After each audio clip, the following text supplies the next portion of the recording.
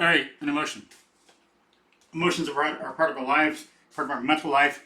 We're animals after all, human animals, but still animals, and they affect us. There's something there's something we need to know about. Um, in my opinion, they are automatic responses to values. That's what I've learned from some other people. It's a good idea.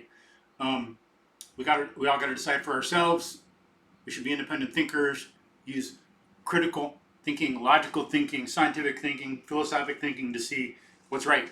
And be careful. You can't always trust a psychologist, a scientist, because they're influenced by a certain philosophy. So someone could have a Kantian, Immanuel Kant, Kantian view of things, Platonic view of John Dewey, view of Freud, or whatever, the psychologist, and that's going to determine how they interpret things. It's not like they're a pure objective scientist.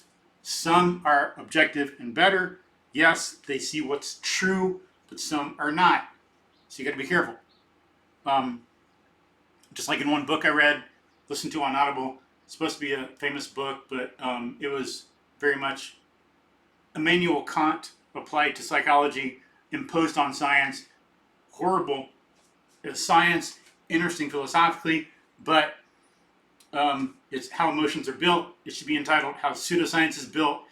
At one point, the author says, we have fear, and that makes us see a snake, which is ludicrous. You see something, and then you respond to it.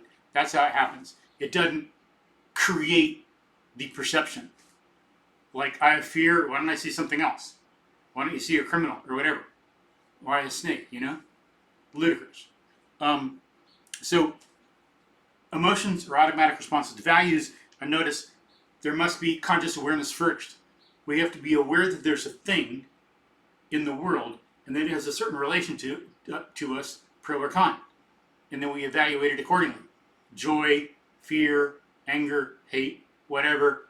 But awareness of it comes first. And then, and how it relates to us.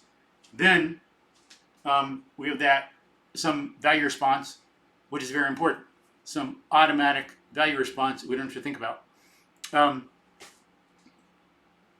Understanding that will help you analyze your reaction some. So be like a scientist or detective about your own feelings, your emotions.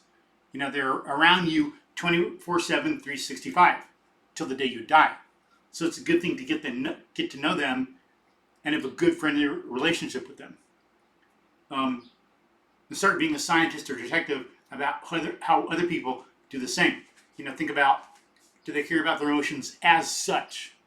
Or do they care more about the values in the external world that give rise to those emotions?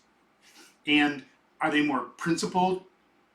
What kind of values do they have? Do they care more about abstract things like human rights? Or do they care more about like an ice cream cone or something, and then do they stay real? Do you or they stay real and focused when you're emotional? Or do you get like out of touch and carried away with the emotion and discard and pay less attention to the real world? And to what degree do they get out of touch? Those kind of things are going to help you with your critical thinking and your philosophical thinking and give you better guidance moving through the world.